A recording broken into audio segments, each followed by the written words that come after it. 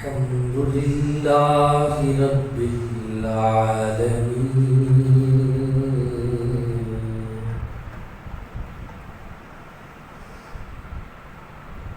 والعاقبة للمتقين والصلاة والسلام على سيد الأنبياء والمرسلين أما بعد فأعوذ بالله من الشيطان الرجيم بسم الله الرحمن الرحيم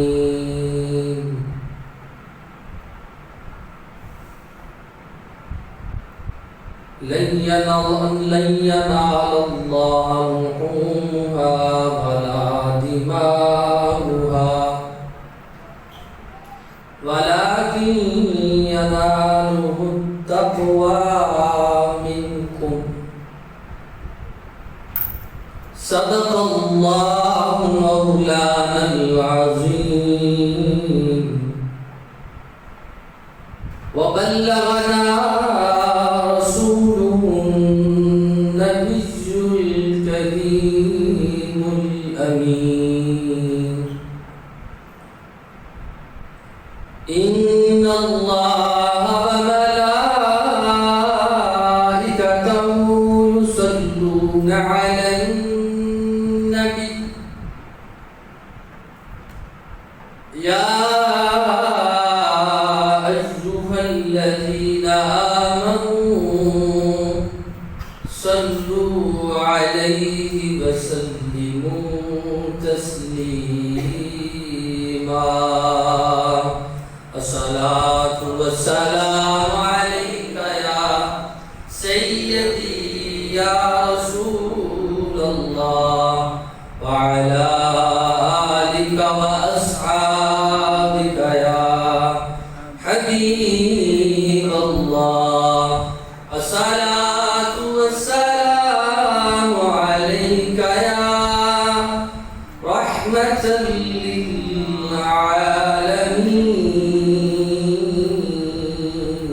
للعالمين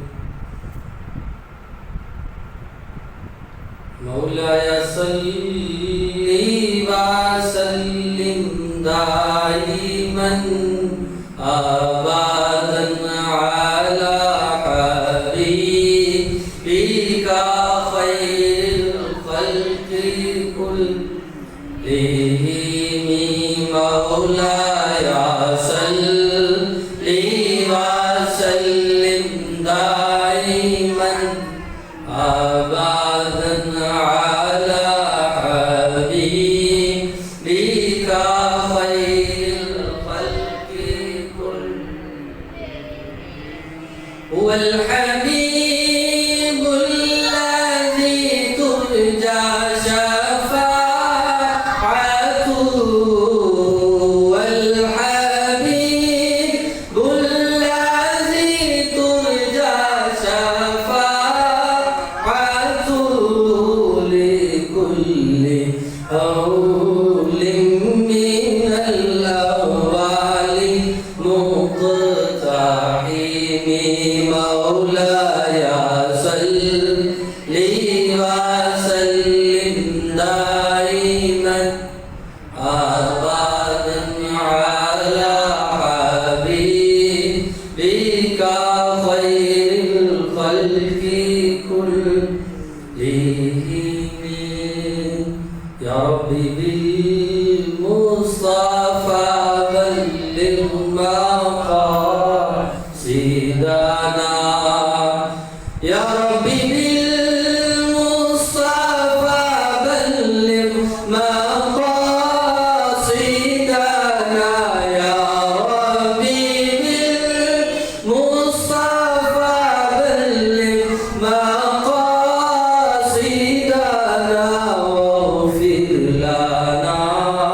ما مضى يا واسع الكرم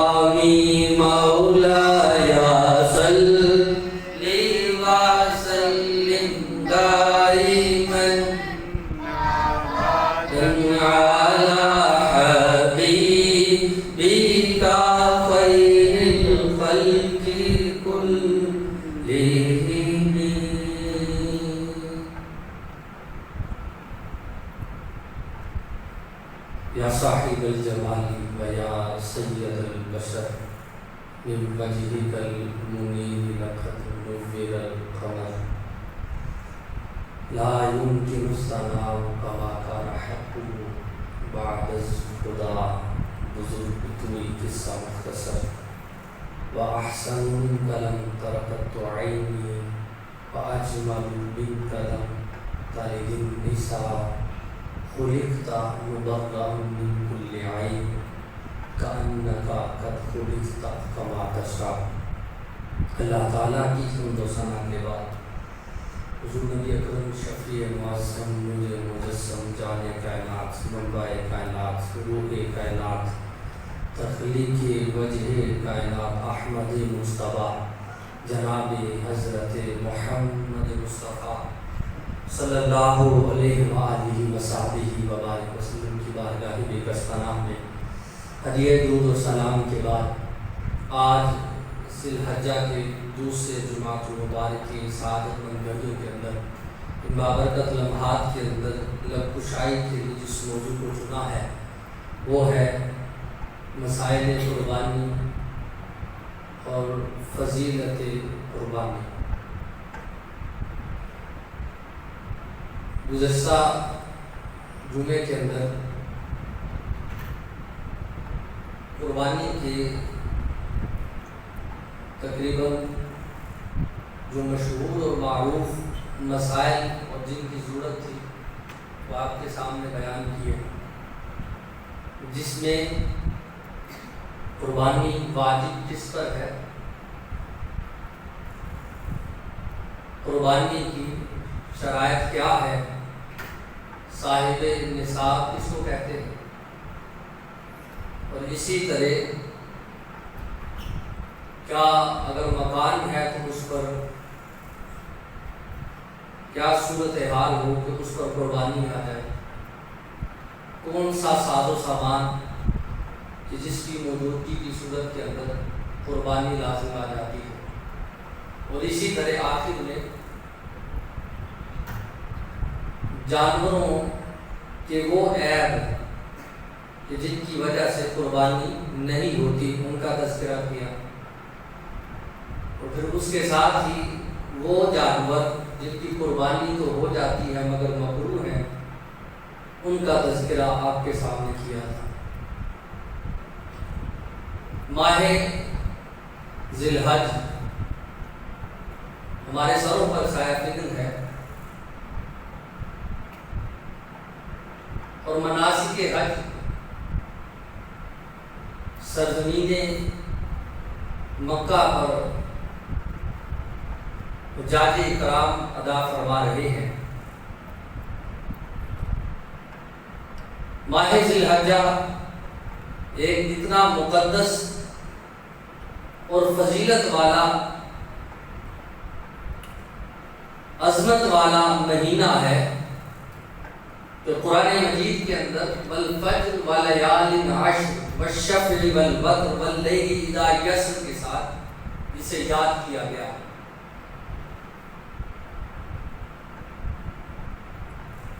تفسیر کے بیان کے اندر کچھ مفسرین کی آراء کو بیان کیا گیا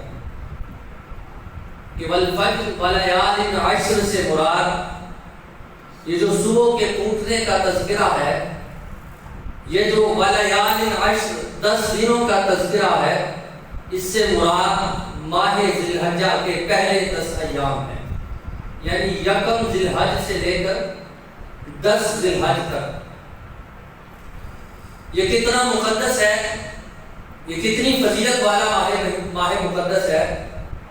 کہ محبوب دو جہاں صلی اللہ علیہ وسلم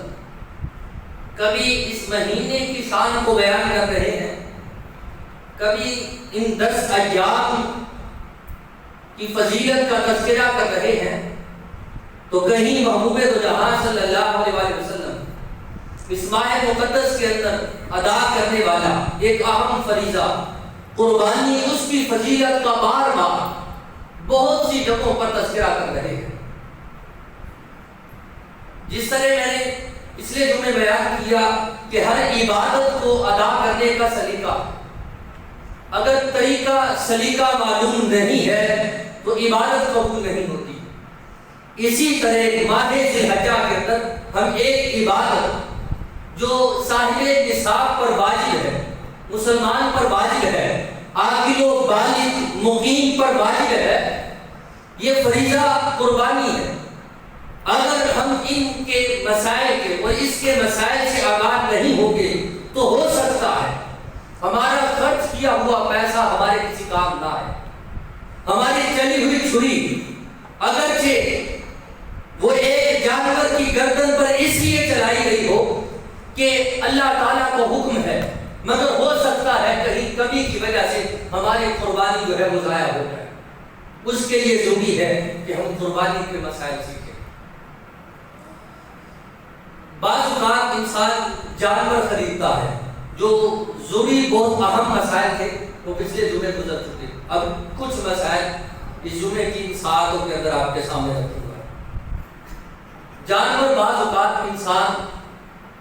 کسی گاڑی سے، کسی وین سے یا کسی چیز سے بھی اتارتا ہے، تو بعض اوقات رکشہ ہے لوڈر، اس کے اوپر سے اتارا جاتا ہے، تو اتارتے ہوئے بعض اوقات عیب پیدا ہو جاتا ہے۔ تو اس صورت کے اندر کیا حکم ہے؟ اس صورت کے اندر دو احکامات ہیں۔ ایک حکم یہ ہے کہ قربانی ہو جائے، دوسرا حکم یہ ہے کہ قربانی نہیں ہو۔ جس طرح کہ میں نے پچھلے جمعے بیان کر دیا کہ کن صورتوں میں مکروہ ہے اور کن صورتوں میں قربانی جائز نہیں ہے۔ اب عیب آپ نے دیکھنا ہے کہ آیا جو عیب پایا گیا ہے وہ قربانی کو ختم کرنے والا عیب ہے یا قربانی کو مکروہ کر دیتا ہے۔ اب آپ اس پر اپنا فیصلہ کریں گے۔ ایک پہلا حکم یہ ہے کہ اگر لانے والا شخص غنی ہے، یعنی صاحب نصاب ہے، کہ جو مالدار شخص ہے، وہ جانور لے کر آیا اور اس نے اسے اتارا، اتارتے ہوئے اس کے اندر کوئی عیب پیدا ہو گیا، مثال کے طور پہ اس کا سینگ جڑ سے ٹوٹ گیا، یہ میں ایک مثال دے رہا ہوں، اسی طرح بہت سی مثالیں ہیں جس کی وجہ سے قربانی جو ہے وہ نہیں ہوتی۔ یہ ایک عیب، اگر جڑ سے اس کا سینگ ٹوٹ گیا اتارتے ہوئے، یا کوئی اور عیب ایسا پایا ہے کہ جس کی وجہ سے قربانی جاتی رہتی ہے، تو اگر غنی شخص ہے یعنی صاحب نصاب شخص جس پر قربانی کرنا واجب تھی، اگر اس شخص کا جانور اتارتے ہوئے ٹوٹ گیا یا عیب پیدا ہو گیا، کسی چیز کے اندر نقص ایسا پایا گیا کہ جس کی وجہ سے قربانی نہیں ہوتی، تو لہذا اس کو جانور دوبارہ خریدنا پڑے گا، لہذا اس کو جانور دوبارہ خریدنا پڑے گا۔ یہ پہلا حکم ہے۔ دوسرا ہے فقیر، کہ جس پر قربانی واجب نہیں، کہ جس کے پاس مال بھی نہیں ہے، استطاعت بھی نہیں رکھتا، بس دل میں شوق پیدا ہوا، اگرچہ مال کم تھا مگر قربانی کے جذبے نے اسے ابھارا اور پھر وہ جانور لے کے آئے اور اتارتے ہوئے پھر اس میں کوئی عیب پیدا ہو گیا کہ جس سے قربانی نہیں ہوتی، تو لہذا اس صورت کے اندر اگر کسی جانور کے اندر یعنی فقیر شخص کے جانور میں اگر کوئی عیب پیدا ہو گیا تو اس صورت میں اس کی قربانی ہو جائے گی۔ یہ دو حکم آپ کے سامنے کہ اگر غنی شخص کا جانور اتارتے ہوئے اس میں ایسا عیب پایا گیا جس کی وجہ سے قربانی نہیں ہوتی تو اس کی قربانی نہیں ہوگی، وہ دوسرا جانور خرید کر لائے گا، اور اگر فقیر شخص ہے تو وہ اسی کی قربانی کرے گا۔ اسی طرح بعض اوقات ایسا ہوتا ہے کہ آپ ذبح کرنے لگتے ہیں، آپ اس کو گرانے لگتے ہیں یا کسی طریقے سے اس کو ذبح کرنے کے لیے کوئی حربہ استعمال کر رہے ہیں، اس وقت اگر عیب پایا گیا تو اس وقت اس کی ٹانگ کا مسئلہ بن گیا، اس کا سینگ ٹوٹ گیا جڑ سے، یعنی ایسا عیب پایا گیا جس کی وجہ سے قربانی نہیں ہوتی۔ ایک تھا کسی سواری سے اتارنا اور دوسرا ہے گراتے ہوئے یعنی ذبح کرتے ہوئے عیب کا پیدا ہو جانا۔ اگر یہ صورتحال ہوئی کہ آپ ذبح کرتے ہوئے کوئی ایسا عیب پایا گیا جس کی وجہ سے قربانی نہیں ہوتی، وہ شخص فقیر ہو یا غنی ہو، وہ شخص فقیر ہو یا غنی ہو، دونوں کی قربانی ہو جائے گی۔ کہ اگر آپ ذبح کر رہے تھے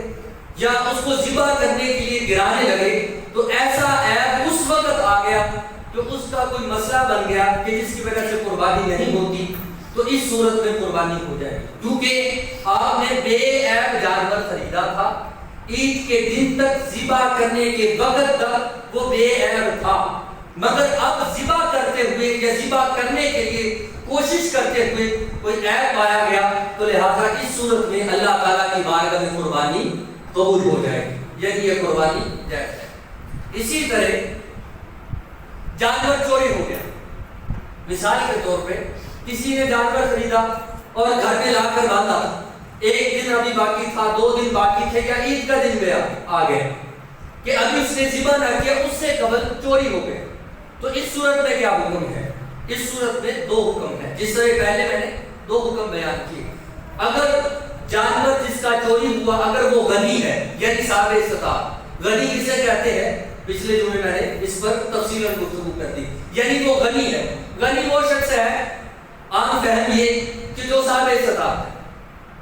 جو صاحب استطاعت ہے، جس کی تفصیل جو ہے وہ بیان کی جا چکی ہے۔ غنی شخص اگر جانور لاتا ہے، گھر سے چوری ہو گیا، چوری کر لیا گیا یا مر گیا کسی وجہ سے، لہذا اس شخص کو جانور دوبارہ خریدنا پڑے گا، اس کو جانور دوبارہ خریدنا پڑے گا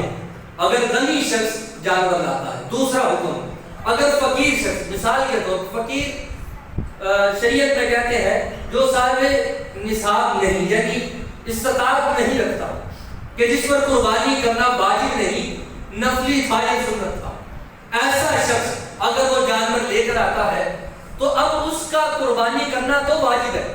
کیونکہ فقیر اس نیت سے لے آیا کہ میں نے اس جانور کی قربانی کرنی ہے، مگر اگر فقیر کا جانور چوری ہو گیا تو پھر اس پر قربانی واجب نہیں ہے۔ غنی پر قربانی واجب ہے، اس کا جانور چوری بھی ہو جائے پھر بھی اسے دوسرا لانا پڑے گا، جبکہ فقیر شخص یعنی جو استطاعت نہیں رکھتا، اس کا جانور اگر چوری کر لیا گیا یا کسی وجہ سے مر گیا تو اس پر قربانی واجب نہیں ہے، ضروری نہیں ہے کہ وہ دوسرا جانور خرید کر لائے اور پھر قربانی کرے۔ اسی طرح کیا قربانی کے جانور میں عقیقے کے حصے رکھے جا سکتے ہیں؟ عقیقہ آپ سمجھتے ہیں، عقیقے کے حصے قربانی کے جانور میں رکھے جا سکتے ہیں، اس میں حصے رکھے جا سکتے ہیں۔ مثال کے طور پہ آپ بکرے کی بات نہیں کر رہا، یہ میں 7 حصوں والے جانوروں کی بات کر رہا ہوں، کہ کہیں ایک حصہ قربانی کا بھی بکرے میں شامل کر دیا جائے، عقیقے کا بھی، ایسا نہیں ہے۔ بکرے کا، دمبے کا فقط ایک حصہ، بڑا جانور یعنی 7 حصوں والا، اونٹ، بھینس، ویسا گائے وغیرہ جو بھی ہے جس کے 7 حصے بنتے ہیں، اس میں اگر آپ قربانی کے اور عقیقے کے حصے جمع کر لیتے ہیں تو آپ کی قربانی بھی ہو جائے گی، آپ کے عقیقے بھی ادا ہو جائے گا، ٹھیک ہے؟ اس میں آپ حصے رکھ سکتے ہیں، لیکن حصے تقسیم کرنے ہوں گے کہ کتنے حصے آپ نے قربانی کے رکھے ہیں اور کتنے حصے جو بچے ہیں وہ آپ نے عقیقے کے کس کے نام میں رکھے ہیں۔ یہ آپ نیت کر کے بڑا جانور لے کر عقیقے اور قربانی اکٹھے کر سکتے ہیں۔ اسی طرح آیا کہ عید کے آخری دن ہے اور شادی کا دن رکھ لیا، تو کیا ہم ایسا کر سکتے ہیں؟ شرعاً کیا حکم ہے کہ میں نے جانور کو ذبح کیا اور اس کا گوشت میں نے شادی کے کھانے کے طور پر بنا دیا، تو کیا یہ جائز ہے یا نہیں؟ شریعت کے اندر ایسا کرنا جائز ہے، اس کی کوئی ممانعت نہیں ہے کہ آپ شادی کا کھانا تیار کر سکتے ہیں اسی گوشت سے، وہ جو قربانی کا جانور ہے، آپ اس کا رکھ کے بھی کر سکتے ہیں 3 دن بعد، 4 دن بعد۔ ویسے تو جو شریعت کا حکم ہے، جو طریقہ کار ہے، وہ آپ سمجھتے ہیں کہ کس طریقے کے ساتھ اس کو تقسیم کرنا چاہیے، مگر اگر آپ نہیں بھی کرتے تو قربانی اگر خلوص نیت سے ادا کر دی گئی، کیونکہ قربانی اس چیز کا انتظار نہیں کرتی کہ وہ قبولیت کے لیے یہ دیکھے کہ اس کے کتنے حصے ہوئے، اس کے کتنے حصے ہوئے۔ وہ آپ حدیث مبارکہ کئی بار سن چکے ہوں گے کہ قربانی ہے کیا؟ محبوب دو جہاں صلی اللہ علیہ وسلم کی حدیث مبارکہ ہے، محبوب دو جہاں صلی اللہ علیہ وسلم نے فرمایا کہ جب جانور کی گردن پر چھری چلتی ہے، خون کا قطرہ زمین پر بار لے گرتا ہے، رب تعالیٰ کی بارگاہ میں پہلے قبول ہو جاتی ہے۔ تو لہٰذا اس میں یہ جو حصے رکھے جاتے ہیں 3 حصے یا کوئی حصے، تو یہ نہ واجب ہے، نہ شرط ہے، نہ فرض ہے، یہ آپ کی محبت ہے، آپ مستحب عمل ہے، کر سکتے ہیں۔ تو تو گویا اگر آپ نے قربانی کا جانور خریدا، اسے ذبح کیا اور پھر اس کا گوشت جو ہے کسی شادی کی تقریب کے اندر استعمال کر دیا تو شریعت اس سے منع نہیں کرتی اور نہ ہی ایسا کرنا حرام ہوگا۔ اسی طرح افضل یہ ہے کہ قربانی کا جانور جو ہے وہ عید کے کچھ دن پہلے لایا جائے۔ یہ میں نے مسئلہ پچھلے جمعے بھی تھوڑا سا اشارتاً بیان کیا تھا کہ ایسا کیوں ہے۔ اب اس کے اندر حکمتیں کیا ہے وہ بھی آپ کے سامنے رکھ دیتا ہوں کہ محبوب دو جہاں صلی اللہ علیہ وسلم نے فرمایا کہ قربانی کا جانور جو ہے جو روایات کے اندر آتا ہے کہ کچھ دن پہلے خرید کر لایا جائے، مگر اس میں کچھ وجوہات آپ کے سامنے رکھ دیتا ہوں کہ جن وجوہات پر آپ قربانی کا جانور پہلے نہ بھی لائیں تو کوئی مسئلہ نہیں، اور یہ نہ شرط ہے نہ واجب ہے نہ فرض ہے، یہ مستحب ہے کہ اگر آپ پہلے خرید لیں تاکہ آپ اس جانور سے محبت ہو جائے اور محبت والا جانور آپ اللہ تعالیٰ کی بارگاہ میں پیش کر سکیں۔ اب اس میں یاد رکھیے گا قربانی کا جانور افضل ہے کہ پہلے لایا جائے، مگر اگر ڈر ہے کہ میں نے تو سارا دن کام پہ چلے جانا، میرے بچے ہیں گھر کے اندر، وہ اسے تنگ کریں گے، اسے تکلیف پہنچائیں گے، اسے اذیت دیں گے، اس وجہ سے اگر آپ نہیں بھی لاتے تو کوئی مسئلہ نہیں۔ اسی طرح دوسری وجہ چوری ہونے کا ڈر ہے، سنبھالنے کا ڈر ہے کہ اس کو چارہ کون ڈالے گا، اس کی دیکھ بھال کون کرے گا، اس کے سر پہ کون رہے گا، کیونکہ سارے تو مصروف ہے کرنے، تو لہٰذا اگر آپ نہیں بھی لاتے تو کوئی مسئلہ نہیں ہے۔ مگر محبوب دو جہاں صلی اللہ علیہ وسلم نے فرمایا کہ پہلے لایا جائے، اس میں حکمتیں کیا ہے، اور یہ جو حضور صلی اللہ علیہ وسلم کا دوسرا فرمان ہے کہ جانور فربا اور موٹا، طاقتور اور اچھا اور بہترین ہونا چاہیے۔ اس کی وجہ کیا ہے؟ اس کے اندر روایتیں موجود ہیں۔ ایک روایت آپ کے سامنے رکھ دیتا ہوں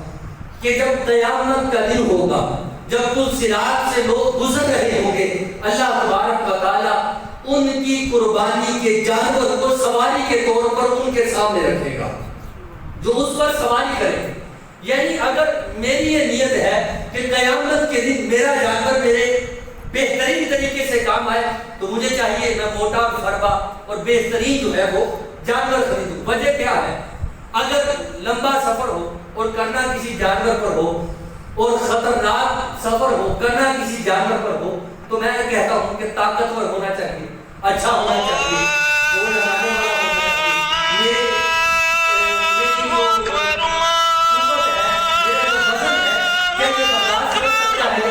یہ میری ایک سوچ ہے کہ میں گھر سے نکلتے ہوئے اچھے جانور کا انتخاب کروں گا کہ جس پر بیٹھ کے میں اپنے سفر کو گزار دوں، اور پل صراط کو ایسا سفر ہے جو قیامت کے دن مشکلات جتنی بھی آنے والی ہے ان میں ایک مشکل ترین سفر جو ہے وہ پل صراط کا ہوگا۔ اگر میں اور آپ چاہتے ہیں کہ قیامت کے دن یہ ہمارے جانور ہمیں آسانی کے ساتھ پل صراط سے گزار دیں تو ہمیں چاہیے ہم بہترین سے بہترین، خوبصورت سے خوبصورت ترین جانور کا انتخاب کریں اور اسے ذبح کر کے اللہ تبارک و تعالیٰ کی بارگاہ میں پیش کریں۔ اور اسی طرح اب جانور خریدا، اس کے پیٹ کے اندر بچہ تھا تو اب اس کی ولادت ہوئی تو اس کا کیا حکم ہے؟ وہ صدقہ کرنا پڑے گا۔ اسی طرح دودھ دینے والا جانور آپ نے خرید لیا، اب وہ دودھ دے رہا ہے، جب نیت کر کہ یہ قربانی کے نام سے ہم نے خریدا ہے تو اس کا حکم یہ ہے اس کا دودھ کوئی پیے گا نہیں بلکہ صدقہ کرے گا، کیونکہ قربانی کے جانور سے کسی قسم کا فائدہ لینا جائز نہیں ہے، یہاں تک کہ سواری کرنا بھی جائز نہیں۔ یہ اکثر جس طرح کے یہ بازاروں کے اندر اونٹ لیے پھرتے ہیں تو اس کے اوپر جو ہے وہ بچوں کو سواری کروائی جاتی ہے، تو بچے جو ہے وہ پیسے دیتے ہیں اور سواری کرتے ہیں، لیکن جب خرید لیا گیا قربانی کی نیت سے پھر اس پر کبھی بھی سواری نہیں کرنی چاہیے۔ اسی طرح اگر دودھ پی لیا کہ خبر نہ تھی کہ یہ دودھ جو ہے وہ پینا نہیں چاہیے کیونکہ یہ قربانی کا جانور تھا، تو اب اس کا کیا حکم ہے؟ اس کا حکم یہ ہے اگر پی لیا ہے جتنی قیمت کا دودھ پیا ہے اتنی قیمت اللہ تعالیٰ کی راہ میں صدقہ کی جائے گی، اتنی قیمت اللہ تعالیٰ کی راہ میں صدقہ کرے گی، کیونکہ قربانی کے جانور سے کسی قسم کا فائدہ لینا جائز نہیں ہے۔ اسی طرح ہم بزرگوں سے سنتے آ رہے ہیں اور یہ بزرگوں کی بات تو رہی الگ، ہم نے امام الاولیاء حضرت علم مرتضی شیر خدا رضی اللہ عنہ سے بھی سنا ہے کہ آپ نے فرمایا کہ مجھے نبی دو جہاں صلی اللہ علیہ وسلم نے حکم دیا، فرمایا علی جب بھی تم نے قربانی کرنی ہے تو ایک جانور میرے نام کا بھی ذبح کرنا ہے، ایک جانور میرے نام کا بھی ذبح کرنا۔ اب یہاں مسئلہ یہ ہے، اس طرح کے پچھلے جو اس پر تفصیلاً گفتگو ہو چکی ہے کہ کیا بزرگوں کے نام کی قربانی کرنا جائز ہے، کیا حضور کے نام کی قربانی کرنا جائز ہے، کیا والدین کے نام کی جو اس دنیا سے چلے گئے ان کے نام کی قربانی کرنا جائز ہے، یا حجات ہے تو ان کے نام کی قربانی کرنا جائز ہے۔ اس کے اندر میں یہ کہوں گا افضل عمل ہے کہ حضور کے نام کی قربانی کی جائے، افضل عمل ہے کہ والدین کے نام سے منسوب کر کے کسی ایک کے نام کی قربانی کی جائے یا دو کے نام کی جائے، یہ بہت افضل عمل ہے۔ افضلیت اپنی جگہ پر، واجبیت ایک عہدہ رکھتی ہے، فرضیت ایک عہدہ رکھتی ہے کہ فرض اور واجب جو ہے یہ ضروری ہے۔ اور جب کہ مثال کے طور پہ آپ مسجد میں آئے، ظہر کا وقت ہو، آپ 4 فرض بھی نہ پڑھیں، 4 سنتیں بھی نہ پڑھیں، بعد والی سنتیں بھی نہ پڑھیں، اور آپ کے 2 نفل پڑھ کے چلے جائیں تو نماز ہو جائے گی، نماز ہو جائے گی۔ کیوں؟ آپ نے تو فرض ادا نہیں کیا، سنتیں ادا نہیں کی، اور آپ نے سب سے جو چھوٹا تھا یا نچلے درجے کا عمل تھا وہ نفل تھا، آپ نے وہ 2 نفل پڑھے، گھر میں چلے گئے۔ تو اب جس طرح فرض نہ پڑھنے سے نماز نہیں ہوتی، جب تک فرض ادا نہیں ہوں گے ظہر کی نماز نہیں ہوگی، پھر اس سے نچلے درجے میں سنتیں، پھر اس سے نچلے درجے میں نفلی عبادت یا نفل نماز ہے۔ اسی طرح قربانی کے اندر کسی کے نام کی قربانی کرنا یہ نفلی عبادت ہے، افضل عبادت ہے، مستحب عمل ہے، کر لیا جائے۔ مگر اگر میں اپنا فرض چھوڑ کر، میں اپنا واجب چھوڑ کر، میں اپنی ڈیوٹی چھوڑ کر اور اپنا کام چھوڑ کے کسی اور کے کام کرتا رہوں تو کیا میرے لیے کوئی فائدہ سود مند ہوگا کسی کے نام پہ کام کرنا؟ ہرگز نہیں۔ اسی طرح بزرگوں کے نام کی قربانی دینا اور اپنے نام کی نہ دینا، اس طرح قربانی کرنا ہرگز جائز نہیں ہے۔ ہاں اگر آپ پر واجب نہیں ہے، آپ فقیر ہیں، آپ فقیر ہیں، یعنی شرعی فقیر سے مراد یہ ہے کہ جو صاحب نصاب نہیں ہے، یہ اس کی بات کر رہا۔ اگر فقیر شخص ہے، اگر وہ کسی کے نام کی کرے گا وہ اس کا اپنا عمل ہے، کیونکہ اس پر خود پر تو واجب نہیں، اب وہ کر سکتا ہے کسی کے نام کی۔ اسی طرح جب صاحب نصاب شخص ہوگا، استطاعت رکھنے والا شخص ہوگا، اگر وہ اپنے والد کے نام کی، والدہ کے نام کی، سرکار دو عالم صلی اللہ علیہ وسلم کے نام کی قربانی کرنا چاہتا ہے تو اسے پہلے اپنی نیت کرنی ہوگی کہ وہ اپنے لیے جانور خریدے، پھر وہ جس کے مرضی نام کی کرتا ہے، پھر اس کا قربانی کرنا افضل ہوگا اور بہترین عمل ہوگا۔ اور محبوب دو جہاں صلی اللہ علیہ وسلم نے یہ اپنی زندگی کے اندر عمل کیا بھی ہے، یہ بہار شریعت کے اندر اس حدیث کو نقل کیا گیا، میں آپ کے سامنے رکھ دیتا ہوں۔ محبوب دو جہاں صلی اللہ علیہ وسلم نے 2 مینڈے منگوائے، یہ بہار شریعت کے اندر بھی ہے، غالباً امام تبری نے یعنی تبرانی کی یہ روایت کی ہے کہ محبوب دو جہاں صلی اللہ علیہ وسلم نے 2 مینڈے لائے کے حضور کی بارگاہ میں، حضور صلی اللہ علیہ وسلم نے ایک اپنے نام کا ذبح کیا اور دوسرا محبوب دو جہاں صلی اللہ علیہ وسلم نے ذبح کرتے ہوئے یہ الفاظ کہے، اے مولا اس قربانی کو میری ساری امت کے لیے قبول فرما، میری ساری امت کے لیے قبول فرما۔ تو گویا اگر آپ سرکار کے نام کی، والد کے نام کی، والدہ کے نام کی کرنا چاہتے ہیں تو پہلے اگر آپ استطاعت رکھتے ہیں اپنے نام کی قربانی رکھنی ہوگی، پھر آپ مستحب عمل کر سکتے ہیں۔ اسی طرح ایک صحابی بارگاہ رسالت مآب صلی اللہ علیہ وسلم میں حاضر ہوئے، اس کے اندر ایک مسئلہ بھی حل ہو جائے گا۔ ایک صحابی حاضر ہوئے، عرض کیا رسول اللہ علیہ وسلم میرے پاس ایک امانت جانور پڑا ہوا، امانت کے طور پر میرے پاس ایک جانور گھر میں موجود ہے یا رسول اللہ علیہ وسلم، مگر میں استطاعت نہیں رکھتا، مگر میں استطاعت نہیں رکھتا، تو کیا میں اس جانور کو ذبح کر سکتا ہوں کہ میرے گھر میں کھڑا ہے کسی کی امانت؟ تو محبوب دو جہاں صلی اللہ علیہ وسلم نے فرمایا تمہیں حکم نہیں ہے کہ تم امانتاً چیز جو ہے اسے ذبح کرو اللہ کی راہ میں. محبوب دو جہاں صلی اللہ علیہ وسلم نے اس پر آگے کیا فرمایا؟ محبوب دو جہاں صلی اللہ علیہ وسلم نے فرمایا میں تجھے ایک راستہ بتاتا ہوں, میں تجھے ایک طریقہ بتاتا ہوں, وہ یہ ہے یہ تم ذی الحج سے لے کر 10 ذی الحج تک, ذی الحج کی 10 تاریخ تک, یہاں تک کہ عید پڑی جائے, اگر قربانی کرنے والا ہے تو قربانی کرنے کے بعد وہ یہ عمل کرے, وہ یہ کہ فرمایا وہ اپنے ناخن نہ کاٹے, اپنے بال جسم کے نہ کاٹے, اللہ تبارک و تعالیٰ تجھے بھی قربانی کا ثواب عطا فرمائے گا. اس کے اندر فقراء کی قربانی ہے, یہ فقراء کی قربانی ہے, یعنی اللہ تعالیٰ نہ کرنے والوں کو بھی اس طرح اجر عطا فرمائے گا. لیکن کبھی یہ مت سمجھے کہ ہم یہ عمل کر کے چھوٹ جائیں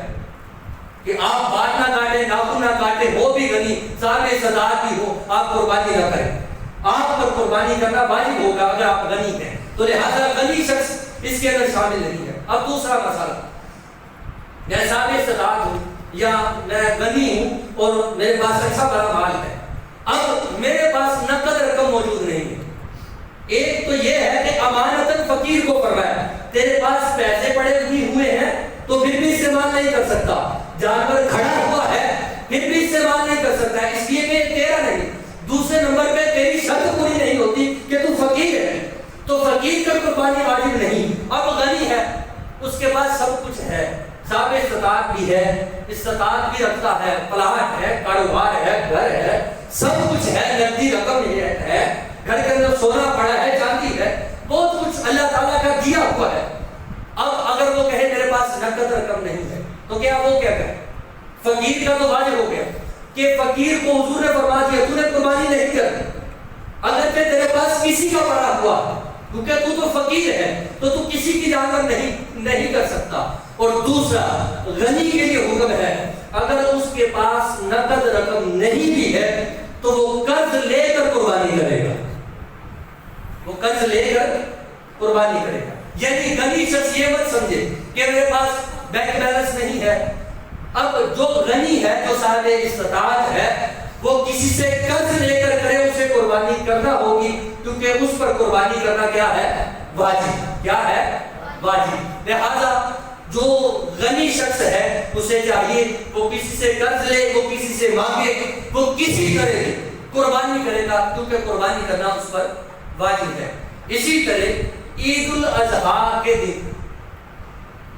روزہ رکھنا مکروہ تحریمی ہے.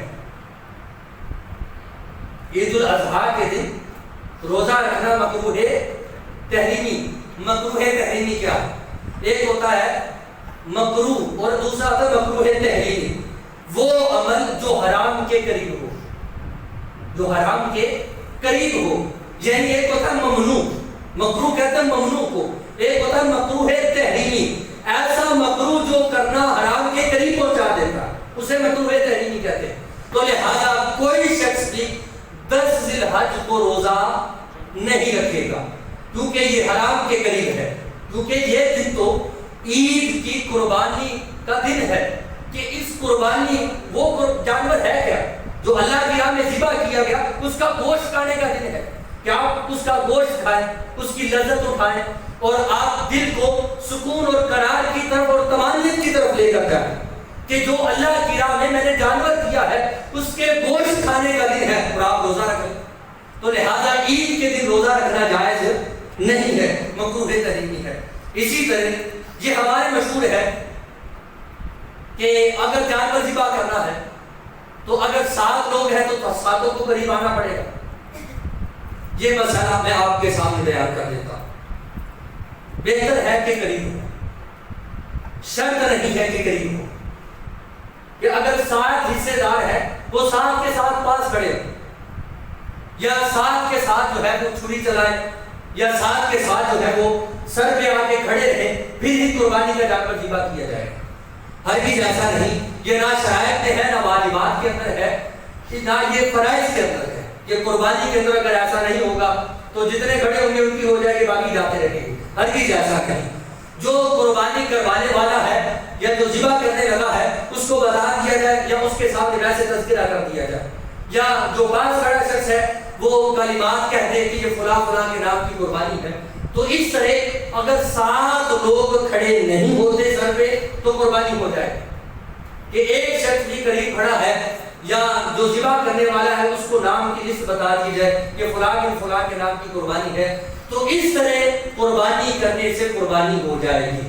لیکن افضل عمل ہے کہ آپ جانور کے قریب کھڑے ہوں، اور اس سے بھی زیادہ افضل ہے کہ آپ اپنے ہاتھوں کے ساتھ ذبح کریں۔ یہ افضلیت کی بات ہے، یہ فرضیت یا واجبیت کی بات نہیں ہے۔ اسی طرح نبی دو جہاں صلی اللہ علیہ وسلم نے ارشاد فرمایا، یہ ان ایام کی بڑی فضیلت نبی دو جہاں صلی اللہ علیہ وسلم نے بیان فرمائی ہے۔ محبوب دو جہاں صلی اللہ علیہ وسلم نے فرمایا کہ اللہ تبارک و تعالی عام دنوں سے بڑھ کر ان دنوں کے اندر عبادت کا اجر عطا فرماتا ہے۔ یعنی یکم ذی الحج سے 10 ذی الحجہ کے جو 10 دن ہے، اللہ تبارک و تعالی عام دنوں سے بڑھ کر ان دنوں کے اندر عبادت کا اجر عطا فرماتا ہے۔ اس کے اندر نفلی عبادت بھی ہے، اس کے اندر فرضیت بھی ہے، اس کے اندر تسبیحات و تسبیحات بھی ہے، اس کے اندر ذکر و اذکار کچھ بھی ہے جو اللہ کا ذکر ہے، اس کے محبوب کا ذکر ہے، وہ افضل ہے۔ اب صحابہ نے بارگاہ رسالت میں عرض کی، یا رسول اللہ علیہ وسلم اتنا افضل ہے کہ جہاد سے بھی افضل ہے، کہ جہاد سے بھی افضل ہے کہ ان دنوں میں عبادت کی جائے کہ یکم ذی الحج سے 10 ذی الحجہ تک۔ محبوب دو جہاں صلی اللہ علیہ وسلم نے فرمایا اگر کوئی شخص عام دنوں میں جہاد کرے اور ان 10 ایام کے اندر عبادت کرے، اس کا عبادت کرنا عام دنوں سے جہاد کرنے سے بھی افضل ہے۔ یعنی ان دنوں کے اندر ہمیں عبادت، ریاضت، تسبیحات کو بڑھانا چاہیے، ذکر و اذکار کی کثرت کرنی چاہیے۔ تو گویا محبوب دو جہاں صلی اللہ علیہ وسلم نے ان دنوں کی بڑی فضیلت بیان کی ہے، اور پھر محبوب دو جہاں صلی اللہ علیہ وسلم نے فرمایا دیکھیے، لیکن عام دنوں میں شہادت کا رتبہ ان دنوں کی عبادت سے زیادہ ہے۔ جہاد اس کا رتبہ کم ہے کہ ان دنوں میں عبادت کی جائے، عام دنوں میں جہاد کیا جائے، اور جبکہ عام دنوں میں شہادت اگر مل جائے تو اس کا رتبہ ان دنوں کی عبادت سے افضل ہے۔ اسی طرح ہمیں سے بہت سے لوگ ہیں جو چاہتے ہیں کہ ہمارے پاس اتنا مال ہو، جس کے دل کے اندر ایمان ہو، اور تازہ ایمان ہوتا رہتا ہے۔ بعض اوقات انسان کا ایمان کا لیول اوپر نیچے بھی ہوتا رہتا ہے۔ بعض اوقات انسان کے ایمان کا لیول یہ بھی ہوتا ہے کہ کبھی کبھی جی چاہتا ہے کاش میرے پاس یہ ساری دولت ہوتی، ساری کی ساری راہ خدا میں دے دیتا۔ یہ بھی تو تمنا ہوتی ہے، ہر کوئی یہ نیت رکھتا ہے کاش میرے پاس اتنے پیسے ہوتے میں مسجد کو دے دیتا، کاش میرے پاس اتنا مال ہوتا میں جامعہ کو دے دیتا، کاش میرے پاس اتنا پیسہ ہوتا کہ میں کسی غریب کو دے دیتا، صدقہ کر دیتا۔ آئیے اس حسرت کو بھی اس قربانی نے ختم کر دیا ہے۔ روایت کے اندر آتا ہے تم میں سے جو شخص قربانی کرتا ہے اللہ تبارک و تعالی ایک پہاڑ کے جتنا سونا ہوتا، ایک پہاڑ جتنا سونا ہوتا ہے، اگر کوئی شخص اسے صدقہ کرے اس سے بڑھ کر اللہ تبارک و تعالی ان ایام کے اندر 10، 11 اور 12 ذی الحجہ کے اندر قربانی کا اجر عطا فرماتا ہے۔ یعنی کہ اگر میں چاہوں کہ میری نیت ہے کہ میں سونے کا پہاڑ ہو یا اس سے بھی زیادہ سونا ہو، میں اللہ کی راہ میں صدقہ کروں، اس سے بڑھ کر اللہ تبارک و تعالی قربانی کے ایام کے اندر قربانی کرنے کا اجر عطا فرماتا ہے۔ اسی طرح قربانی کیا ہے، کیا اور واجبیت کیا ہے، اور حضور صلی اللہ علیہ وسلم نے اس پر کس قدر ناراضگی کا اظہار فرمایا کہ یہ کس قدر ناراضگی کا سبب بن سکتی ہے۔ میرا اگر کسی سے جھگڑا ہوا ہے، مثال کے طور پہ میں مثال دے رہا ہوں، تو میں کہوں گا یار میرے سامنے نہ آیا کر۔ دوسرا ہو تو میں کہوں میرے گھر نہ آیا کر۔ اور تیسرا، بعض بات تو اتنا غصہ آتا ہے تو بعض بات غصے میں انسان یہ بھی کہتا ہے کبھی میری گلی سے بھی نہ گزرا۔ یہ غصے کا، ناراضگی کا اظہار ہے۔ میں کبھی کسی سے غصے سے یہ کہہ دوں کہ یار تو میرے سامنے نہ آ، دوسرا میں یہ کہہ دوں میرے گھر نہ آ، تیسرا میں یہ کہہ دوں میری گلی سے نہ گزرنا، یعنی میرے گھر کے قریب سے بھی نہ گزرنا۔ یہ میری ناراضگی کا اظہار ہوگا، اور سب سے بڑا لیول یہ ہوگا کہ میں یہ کہوں کبھی میرے گھر کے قریب سے نہ گزرنا۔ محبوب دو جہاں صلی اللہ علیہ وسلم نے، یہ ابو داؤد شریف کی حدیث ہے، محبوب دو جہاں صلی اللہ علیہ وسلم نے فرمایا جو شخص غنی ہو، صاحب استطاعت ہو، یعنی استطاعت رکھتا ہو قربانی کرنے کی اور قربانی نہ کرے، محبوب دو جہاں صلی اللہ علیہ وسلم نے فرمایا جو ایسا کرے کہ استطاعت ہونے کے باوجود قربانی نہ کرے، مجھ مصطفیٰ کا اس قدر ناراضگی کا اظہار ہے کہ میری عیدگاہ کے وہ قریب بنا، میری عیدگاہ کے وہ قریب بنا۔ یہ سب سے بڑا لیول ہے کہ میں کہوں میں نے کلام نہیں کرنا تیرے سامنے نہیں کرنا، میں کہوں میرے گھر سے نکل جا، اور دوسرا یہ کہوں کہ میرے گھر کے قریب سے بھی نہیں گزرنا۔ محبوب دو جہاں صلی اللہ علیہ وسلم نے اس قدر یہاں ناراضگی کا اظہار فرمایا، اور میں تجھے حکم دیتا ہوں، میرے پاس آنا تو بہت دور کی بات ہے، عیدگاہ کے اندر آنا تو بہت دور کی بات ہے، مجھ مصطفیٰ کا حکم ہے کہ عیدگاہ کے قریب بھی نہیں آنا، یعنی حضور نے یہ بھی حکم دیا کہ میرے گھر کے قریب سے بھی نہ گزرنا۔ ہم میں سے بہت سے لوگ ہیں جو استطاعت رکھتے ہیں مگر قربانی نہیں کر رہے، ہم میں سے بہت سے لوگ ہیں جنہیں اللہ نے دیا ہے مگر اللہ تعالیٰ کی راہ میں وہ جانور ذبح نہیں کر رہے، مگر یاد رکھیے گا حضور صلی اللہ علیہ وسلم نے کس قدر اس کی فضیلت کو بیان کیا ہے، ایمان تازہ ہو جائے گا۔ یاد روایت آپ کے سامنے رکھتا ہوں، محبوب دو جہاں صلی اللہ علیہ وسلم نے ارشاد فرمایا یہ جانور کس قدر کام آنے والا ہے، کیا جس طرح میں نے آپ کے سامنے بیان کیا کہ قربانی کا جانور ذبح کیا جاتا ہے، گوشت زمین پر بعد میں گرتا ہے، قبول پہلے ہو جاتی ہے۔ اب دوسری روایت آپ کے سامنے رکھتا ہوں، حضرت فاطمہ الزہرا سلام اللہ علیہا سے حضور نے فرمایا، اور میں اے میرے جگر کے ٹکڑے اے فاطمہ الزہرا سلام اللہ علیہا اس جانور کے قریب آؤ۔ حضرت فاطمہ الزہرا قریب آئی، فرمایا میں جانور ذبح کرنے لگا ہوں، قریب کھڑی رہنا، اور پھر ساتھ ہی فرمایا اے فاطمہ تجھے پتا ہے یہ جو ذبح کرنے لگے ہیں، یہ جو سنت ابراہیمی کو ہم ادا کرنے لگے ہیں، اس کا اجر کتنا ہے؟ عرض کی ابا جان میں نہیں جانتی۔ محبوب دو جہاں صلی اللہ علیہ وسلم نے فرمایا کہ جب کسی جانور کی گردن پر چھری چلائی جاتی ہے، اس کے خون کا قطرہ زمین میں بعد میں گرتا ہے، اللہ تبارک و تعالیٰ قطرہ زمین پر گرنے سے پہلے قربانی کرنے والے کے سارے گناہوں کو معاف فرما دیتا ہے۔ یہ قربانی کرنے کی فضیلت ہے کہ انسان سمجھے۔ اور پھر دوسری روایت کیا ہے، محبوب دو جہاں صلی اللہ علیہ وسلم نے ارشاد فرمایا جب کوئی جانور ذبح کیا جاتا ہے تو پوچھا اس کا اجر کیا ہے، محبوب دو جہاں صلی اللہ علیہ وسلم نے فرمایا اللہ تبارک و تعالی ہر جانور جو ذبح کیا جاتا ہے اس کے ایک ایک بال کے بدلے اللہ تبارک و تعالی اسے ایک ایک نیکی عطا فرماتا ہے۔ یہ اجر ہی اجر ہے۔ ادھر دوسرا فرمایا اتنا اجر کہ سونے کا پہاڑ صدقہ کیا جائے وہ نہیں کم۔ دوسرا فرمایا خون کا قطرہ بعد میں گرتا ہے، گناہ پہلے ختم ہو جاتے ہیں۔ تیسرا فرمایا ایک ایک بال کے بدلے ایک ایک نیکی عطا کی جائے گی۔ تیسرا محبوب دو جہاں صلی اللہ علیہ وسلم نے فرمایا یہ حدیث مبارکہ سنیے اور اپنے ایمان کو تازہ کیجیے۔ تیسرا فرمایا کہ یہی جانور قیامت کے دن پل صراط پر تمہاری سواریاں بنے گی۔ اور پھر اس سے آگے فرمایا یہ ایمان افروز حدیث ہے، محبوب دو جہاں صلی اللہ علیہ وسلم نے فرمایا میرے دل میں سوال ہوگا، آج کے دل میں بھی ہوگا، پل صراط سے گزر جائیں گے یا اس کے علاوہ بھی کہیں کام آئے گا؟ دنیا کے گناہ بھی ختم کر دیے، نیکیاں ہی نیکیاں مل گئی، اجر بھی اجر مل گیا، اور وہ دوسرا قیامت کے دن سواری بھی بن گئی، اس سے آگے کیا ہونے والا ہے؟ محبوب دو جہاں صلی اللہ علیہ وسلم نے فرمایا جب حشر کا میدان برپا کیا جائے گا پھر ہوگا کیا کہ اللہ تبارک و تعالیٰ اس جانور کو میزان پہ رکھے گا، اس جانور کو میزان پہ رکھے گا۔ کس قدر؟ اگر وہ 40 کلو کا تھا یعنی 1 من کا تھا تو 1 من کا نیکیوں کا اجر بڑھا دیا جائے گا، 2 من کا بڑھا دیا جائے گا، 3 من کا بڑھا دیا جائے گا، 5 من کا بڑھا دیا جائے گا۔ نہیں، محبوب دو جہاں صلی اللہ علیہ وسلم نے ارشاد فرمایا 70 گنا اس کا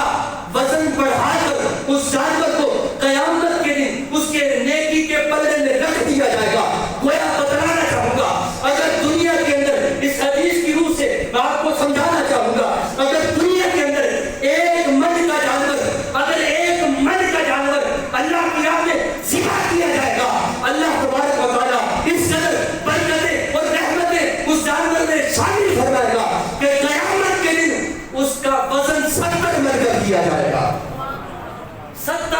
کر کے اس کے نامہ اعمال میں شامل کیا جائے گا. یہ قربانی اجر ہی اجر ہے, یہ ثواب ہی ثواب ہے. یہ دنیا کے اندر بھی گناہوں سے چھٹکارا ہے, گناہوں سے معافی کا سبب ہے. یہ دنیا کے اندر بھی نیکی ہی نیکی ہے, اور قیامت کے دن پل صراط پر بھی یہی جانور کام آنے والا ہے. اور میزان پر وزن کے حوالے سے 70 گنا بڑھا کر اللہ تبارک و تعالیٰ اس جانور کو نیکیوں کے پلڑے میں شامل فرما دے گا. تو میں آپ سے صرف اتنی ہی گزارش کرنا چاہوں گا, جو صاحب استطاعت ہیں, جو صاحب نصاب ہیں, اس کو قضا مت کیجئے. قربانی کرنا واجب ہے. جو واجب ادا نہیں کرے گا قیامت کے دن اسے رب کی بارگاہ میں جواب دینا پڑے گا. اور ہمارے ہاں ایک اور بھی رواج ہے, جانور لائے لوگوں کو دکھانے کے لیے, لوگوں کو بتانے کے لیے کہ میں نے اتنے من کا اور اتنا زیادہ مہنگا جانور خریدا ہے. میرا ایک سوال ہے, یہ جانور قربان ہم کر رہے ہیں, یہ سنت کس کی ہے؟ حضرت ابراہیم خلیل اللہ علیہ السلام کی.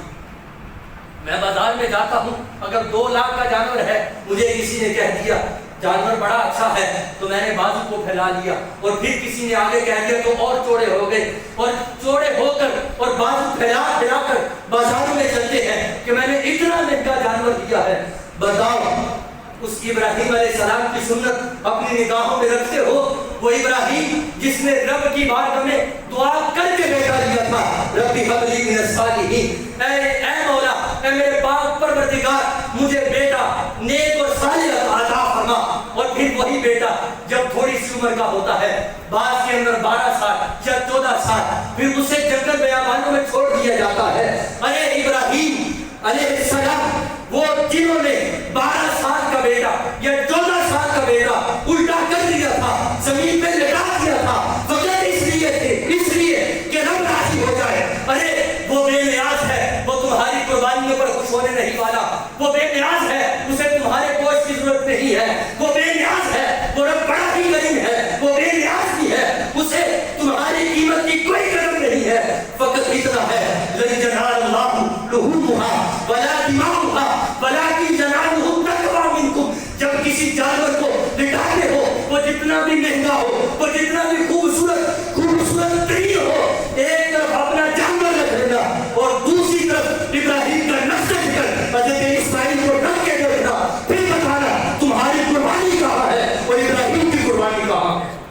وہ رب بڑا بے نیاز ہے, وہ تمہاری قربانیوں کا محتاج نہیں ہے, وہ تمہارے گوشت کا, تمہارے خون کا محتاج نہیں ہے. وہ جس رب نے دعائیں کر کے رب کی بارگاہ سے لختے جگر لیا تھا, وہ کوئی عام لختے جگر نہیں تھا. فلما بلغ معه السعي قال يا بني إني أرى في المنام أني أذبحك فانظر ماذا ترى قال يا أبت افعل ما تؤمر ستجدني إن شاء الله من الصابرين. وہ جو دعائیں کر کے لیا تھا, جب ابراہیم علیہ السلام نے خواب کے اندر دیکھا رب کا حکم آ چکا ہے, اپنے بیٹے کو زمین پہ لٹایا اور چھری کو چلا دیا تھا. وہ اسماعیل جو اپنے بیٹے کو ذبح کرتے ہیں اور اکڑتے نہیں ہیں, بلکہ گردن کو جھکا کے اپنے بیٹے سے کہتے ہیں تو ایک ملا ہے, ریا بھی وہاں سے ہے, تو نیک بھی ہے, تو صالح بھی ہے, مگر کیا کروں, حکم خدا بندی ہے. اگر تم لاکھوں کا, اگر تم کروڑوں کا جانور بھی لے کر آتے ہو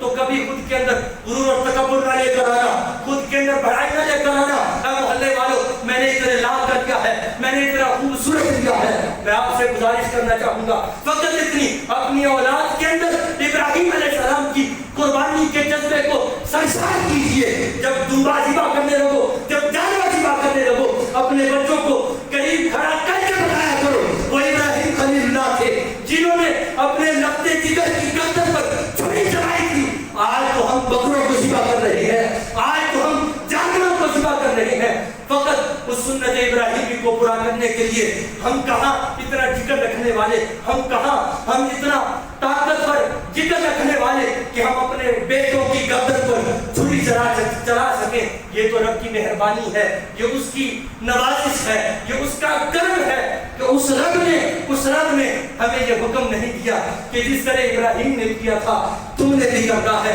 قربانی کرنے والوں, رب بڑا بے نیاز ہے, بڑا بے نیاز ہے. لن ینال اللہ لحومها ولا دماؤها ولکن ینالہ التقوی منکم. آج بھی قرآن صدائیں لگا رہا ہے, قربانی کرنے والوں مجھے تمہارے خون کی ضرورت نہیں ہے، قربانی کرنے والوں مجھے تمہارے گوشت کی ضرورت نہیں ہے، وَلَٰكِن يَنَالُهُ التَّقْوَىٰ مِنكُمْ، میں تو تمہارے دلوں کا تقویٰ دیکھنا چاہتا ہوں۔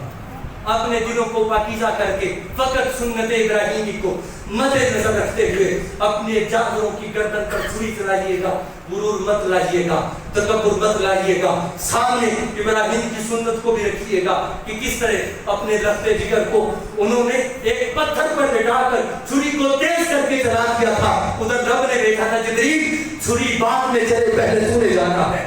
وہ تو رب نے بچایا تھا، خلیل تو تیار تھا اپنے یار کے نام پر اپنے بیٹے کو قربان کرنے کے لیے۔ یہ قربانی سنت ابراہیمی ہے اور اس کا اجر ہی اجر ہے، اس کا ثواب ہی ثواب ہے، یہ دنیا میں بھی کام آنی ہے، قیامت کے دن میزان پہ بھی کام آئے گی، اور یہ پل صراط پر بھی یہ قربانی کام آنے والی ہے۔ صاحب استطاعت جتنے بھی ہیں میں آپ سے التماس کروں گا کوئی شخص بھی جس پر قربانی واجب ہے اسے ضائع نہ کرے، یہ لمحے دوبارہ نہیں آنے والے۔ ہو سکتا ہے اس سال کی چھوڑی ہوئی قربانی قیامت کے دن ہمارے لیے پکڑ کا سامان کر دے کہ اس وقت اس سال ہم قضا کر دیں۔ کوئی بھی شخص اس قربانی کو قضا نہ کرے۔ اللہ تبارک و تعالی ہم سب کو قربانی کی فضیلت کو سمجھنے کی توفیق عطا فرمائے۔